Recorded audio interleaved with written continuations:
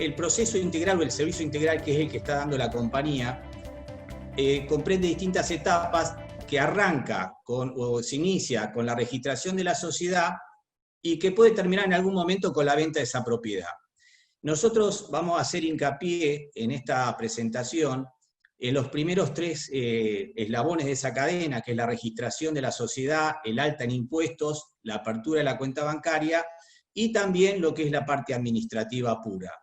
El área de administración, indirecta o directamente, interviene en todas estas etapas de este proceso. Siempre acompaña el negocio, es lo que nosotros denominamos el soporte a las áreas de negocios, comerciales o productivas, depende de qué tipo de empresa se trate. En este caso en particular, quisiera empezar a comentarles un poco el proceso de registración de las compañías. En general, la registración de las compañías se puede hacer en Estados Unidos, en cualquier estado. Nosotros recomendamos la Florida porque es un estado amigable, pero también puede ser que quieran hacerla en otro estado o hasta en otro país. Parte del servicio integral es ayudarlos a registrar las sociedades. ¿Qué tipo de sociedades son las que en estos momentos se están utilizando más, sobre todo para inversores extranjeros?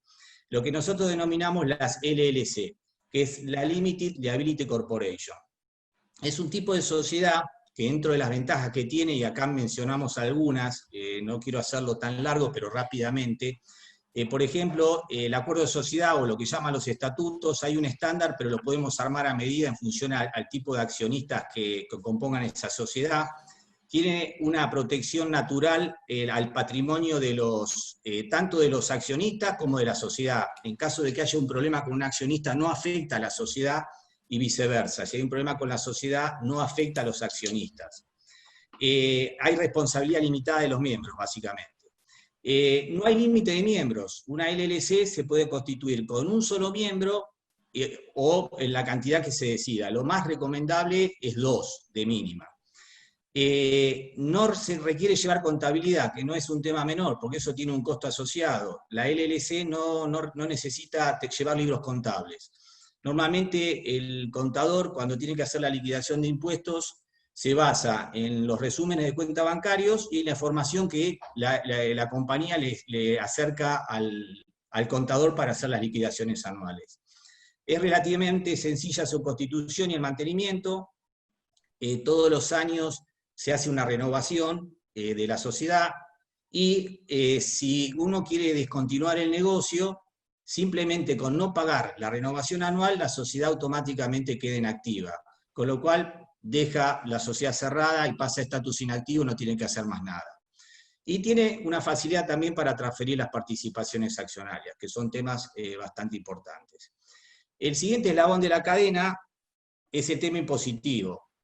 Yo ahora voy a comentar un poco cuáles son los aspectos impositivos de este tipo de sociedad, pero ¿cómo funciona? Se registra la compañía en lo que se denomina el Internal Revenue Service, el IRS, que es como si fuera el organismo tributario, es el organismo tributario en Estados Unidos.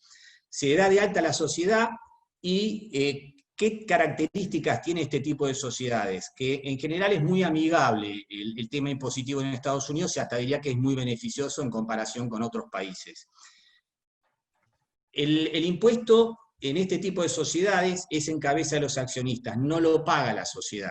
Y se paga en función a la participación que tiene cada accionista. Un ejemplo, una compañía gana $20.000, hay 2 accionistas al 50%, bueno, cada uno va a declarar su utilidad sobre ese 50%, o sea, sobre $10.000. Tema importante también, los impuestos en Estados Unidos para ganancias o a la renta, impuesto a la renta, tienen un esquema de una tabla que es creciente por escalones. Arranca en un 10% hasta $9.500 aproximadamente, y si se gana más, no se paga el siguiente escalón sobre el total, se paga sobre el excedente. Con lo cual, la tasa efectiva impositiva es mucho más baja. Puede haber casos en que uno tiene $30.000 de ganancia y termina pagando el 15% nada más. Con lo cual realmente es muy beneficiosa. Tiene otra ventaja, que la sociedad acumula quebrantos en forma indefinida. En la mayoría de los países los quebrantos tienen una limitación temporal. normalmente son 5 años. Acá no, puede tener quebrantos más años y eso lo puede deducir de las ganancias que tiene la compañía, bueno, o los accionistas. No hay un repago de capital, si hace una reducción de capital. Acá lo que contaba, bueno, el impuesto se paga en base a rangos. Y en Estados Unidos no existe, como existe en otros países, lo que es renta presunta, o sea, una propiedad está desocupada y se asume que tiene un ingreso y sobre eso paga. Y tampoco existe un impuesto también que es muy distorsivo, que es el de bienes personales o impuesto al patrimonio neto, que en general en los países que hay es bastante gravoso e impacta fuertemente en las ganancias de las personas físicas. La tercera etapa, que es la que queríamos mencionar, es el proceso de apertura de cuenta bancaria. ¿Por qué mencionamos esto? Porque para operar en Estados Unidos, o en principio en Estados Unidos, si yo quiero salir a comprar una propiedad, necesito estar preparado para hacer la compra. Y para estar preparado tengo que tener la sociedad constituida, inscripto impositivamente la sociedad, y tengo que tener la apertura de la cuenta bancaria para poder operar en la compra-venta de las propiedades y también para recibir los resultados de la renta de las propiedades. Con lo cual, estos 3 eslabones es el punto de partida para iniciar los negocios en Estados Unidos. A nivel de cuenta bancaria, ¿qué es el servicio que se brinda? Normalmente el que abre la cuenta bancaria es el que está asignado o designado como manager de la sociedad. Es la persona que va al banco y junto con la constitución de la sociedad y el registro impositivo, la registración impositiva, tramita la apertura de la cuenta bancaria. Y es el firmante autorizado en la cuenta bancaria. Posteriormente se pueden registrar los accionistas en esa cuenta bancaria. Se facilita el acceso online, el ingreso a la web se le transmite a los accionistas, con lo cual ya pueden operar, y se les facilita o se gestionan las tarjetas de débito para tener también sus tarjetas de débito. El único tema acá que se recalca o se pide que mantener un saldo mínimo en las cuentas bancarias cuando uno hace la apertura, para evitar algún riesgo de que por no tener movimiento se la puedan llegar a cerrar. Pero básicamente, con estos 3 etapas o 3 escalones, eslabones de la cadena, vos ya estás en condiciones, o el inversor ya está en condiciones de poder empezar realmente a invertir en propiedades en Estados Unidos. ¿Qué otro tema es importante? La administración propiamente dicha de las propiedades. Le voy a ceder la palabra a Agustín, que es el que conoce muy bien el proceso administrativo, para que les comente qué es lo que hace la compañía específicamente en el tema administrativo de propiedades y cómo estamos trabajando. Agustín, te cedo la palabra. Muchas gracias, Gustavo. Bien, nada, como para agregar lo que estaba diciendo Gustavo recién, nuestra compañía es parte del National Association of Residential Property Managers, que vendría a ser la asociación que agrupa las administraciones de propiedades residenciales en Estados Unidos, y así cumplimos las normas y reglas en 2 estados, en Florida, tanto en Florida como en Michigan. Y bueno, la relación en sí se formaliza firmando el Property Management Agreement, que ahí detalla básicamente lo que el propietario, el inversor, puede esperar de nosotros, y de ahí nosotros tenemos un sistema especializado, que la verdad que tiene un montón de funciones y todo, que nos permite mantener todo bien centralizado. El mismo sistema nos deja tener una página para el inquilino, para los inversores, y con los datos que necesitan ver ellos, y los inquilinos pueden hacer pedidos por el sistema, nos mandan pedidos de arreglos, podemos comunicar en el mismo sistema por mensajes de texto, con email, las cobranzas se pueden hacer online, el inquilino tiene la opción de hacer los pagos online con tarjeta, y los inversores también pueden ver lo que les va entrando por mes. El mismo sistema nos permite hacer las liquidaciones cada mes con lo que está entrando, salvo si se tiene que hacer algún arreglo o algo, y de esa manera estamos bien al tanto de todas las administraciones que nos van entrando, las casas nuevas que se van comprando, y también para mantener un control, antes de que se venza el contrato, a los 70 días, hacemos una inspección general, y de esa manera podemos mantener todas las normas y requisitos que nos establece el Estado. Reforzando un poquito lo que comenta Agustín, es muy interesante el hecho de que los propietarios o accionistas pueden acceder al sistema, con lo cual permanentemente pueden monitorear qué alquileres se cobraron, qué gastos hubo relacionados con la administración de la propiedad y los resultados que va teniendo por propiedad al final del año, del mes o del periodo que uno quiera analizar. Con lo cual puede saber exactamente qué retorno tuvo esa inversión anualmente, digamos, por propiedad.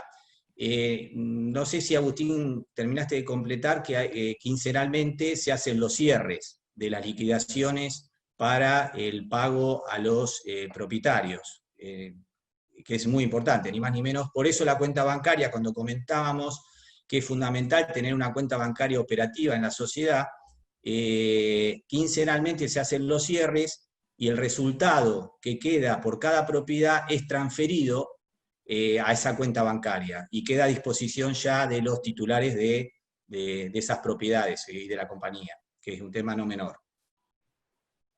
No menor, así es. Bueno, no sé si quieren hacernos alguna consulta. Sí, yo les quiero hacer una consulta que siempre me preguntan los clientes, que es ¿cómo se liquida? Por ejemplo, estamos en octubre, el alquiler que pagan en octubre los inquilinos se va a liquidar entonces el 15 de noviembre, ¿es así? ¿Es a mes vencido? Perdón, ¿puedo participar? Sí, aquí hay un tema muy importante, Mercedes, en tu pregunta, que tiene que ver con si estamos hablando de propiedades que administramos en el estado de Florida o propiedades que administramos en el estado de Michigan. Cuando las propiedades están en el estado de Florida, ejemplo, Miami, la liquidación se hace el 15 del mismo mes. Eso quiere decir que si estamos hablando de octubre, la liquidación de octubre se va a hacer al 15 de octubre. Si estamos en Michigan, propiedades por ejemplo en Detroit, allí es a mes vencido. Eso quiere decir que los alquileres de octubre se van a liquidar el 15 de noviembre. ¿Por qué es así? En muchos casos nos preguntan, ¿por qué si yo tengo propiedades en Miami me liquidan en el mes que corresponde y si las propiedades están en Detroit me liquidan al mes siguiente? Y la respuesta está dada por la modalidad como se cobran los alquileres en cada una de las ciudades. Miami es una ciudad donde los inquilinos acostumbran a pagar del 1 al 5 de cada mes, que es lo que el contrato de alquiler dice. En Detroit, la realidad nos ha demostrado en estos tiempos que no es tan así, que se extienden y que generalmente los pagos los terminan haciendo en las diferentes semanas, muchas veces hasta los viernes de cada una de las semanas. Entonces nos resultaba muy administrativamente un inconveniente tener que cortar la mitad del mes y que entonces el inversor recibiese la mitad de un alquiler y la otra mitad en el otro. Entonces, en general esto funciona con todas las administraciones que hacen las cosas bien en Detroit. Lo que se terminó haciendo es, en Detroit, en el estado de Michigan, los alquileres se liquidan en forma vencida. Ya tengo preguntas de participantes, si les parece. De acuerdo. ¿Qué porcentaje se cobra por la administración de cada propiedad sobre la renta? El 10% es lo que nuestro Management Agreement dice. Los invitamos a que se contacten con nosotros, les mandamos si gustan nuestro kit de administración para que lo estudien, lo analicen y nos hagan las preguntas que gusten. Muy bien, a ver, esta pregunta tiene que ver más con la registración de la LLC. ¿Por qué es más ventajoso hacerlo en Florida que en cualquier otro estado? Tiene que ver con nosotros hablamos de que Florida es un estado amigable, y hace unos días atrás alguien nos preguntó ¿qué significa ser amigable? Y fue una buena pregunta, porque en verdad, ¿qué significa ser amigable? Ser amigable significa, entre otras cosas, la rapidez con la que uno registra una sociedad en Florida. Florida es el estado donde más sociedades se registran en Estados Unidos. Florida es un estado que no paga impuestos del estado.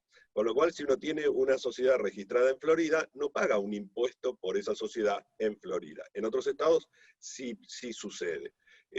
Florida tiene además, bueno, de hecho cuando uno cruza, por ejemplo, la frontera entre Georgia, por nombrar uno de los estados vecinos a Florida, el letrero de la entrada de Florida dice bienvenido al estado de Florida, el estado del sol y de los negocios. O sea, el estado mismo se define como un estado del sol y de negocios.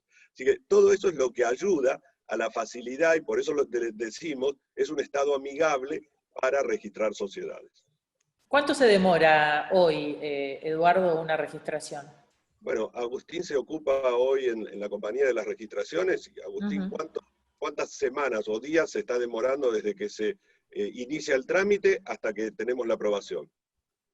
Desde que se inicia el trámite son como unas 2 semanas, como mucho, que te llega el comprobante del IRS y ya uno puede empezar a usar la sociedad. Mira, aquí tengo una pregunta de Carlos. Dice, habitualmente nos piden seguro social, pero solo tenemos el FEIN registrado en el IRS. ¿Cuál es la diferencia?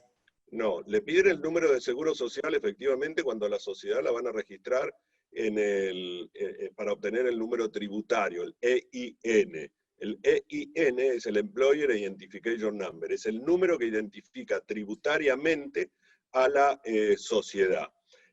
Nosotros en nuestro proceso, cuando ofrecemos las registraciones de las sociedades, le incluimos esa registración y usamos nuestros propios números de seguro social, que luego van a ser cambiados al 31 de diciembre, cuando hagan la presentación de impuestos, con los números de TIN que cada uno de los inversores habrá obtenido si no tiene número de seguro social. El TIN es el Tax Identification Number que tienen las personas físicas que no tienen un número de seguro social. Llámese, por ejemplo, un inversor del exterior. Claro, justamente eso iba a agregar, ¿no? ¿Y qué otra cosa más se necesita tener para poder registrar una LLC? 3 nombres de fantasía, y con eso prácticamente iniciamos el proceso. Nosotros le ofrecemos ser los agentes registrados, que es la persona que físicamente vive en Estados Unidos y se ocupa de recibir notificaciones oficiales. Nos preguntan en más de una vez, bueno, ¿y qué hace el agente registrado en una sociedad? Nada, espera recibir alguna notificación oficial si es que llega, y si no, simplemente está su nombre allí como nombre de contacto para las entidades oficiales que tengan que comunicarse con la compañía. Y el manager o el gerente y la dirección de la sociedad, que normalmente es nuestra dirección de oficinas en Miami, y si la sociedad está registrada en Michigan, la dirección de nuestra oficina en Detroit. Sí o sí hay que poner una dirección en Estados Unidos, no se puede poner una dirección de otro país. Correcto, una dirección en Estados Unidos. Cuéntenme la importancia de la figura del manager. El manager es la persona que lleva el día a día de la actividad de la sociedad. Es el gerente de la sociedad. En algunos casos nos preguntan, bueno, pero el manager es el accionista. Puede serlo, puede ser accionista y además manager. Puede que no lo sea. En el estado de Florida, por ejemplo, al igual que en Michigan, el manager es una figura visible. Eso quiere decir que si alguien coloca el nombre de ese manager en internet, va a aparecer que es manager de una sociedad. Tiene sus ventajas y tiene sus desventajas. Aquel que no quiera tener exposición, bueno, en muchos casos nos contrata a nosotros y nosotros somos sus managers. Y el manager es, entre otras cosas, el que abre la cuenta de banco, como mencionaba Gustavo al principio de la presentación, y también el que firma los documentos oficiales.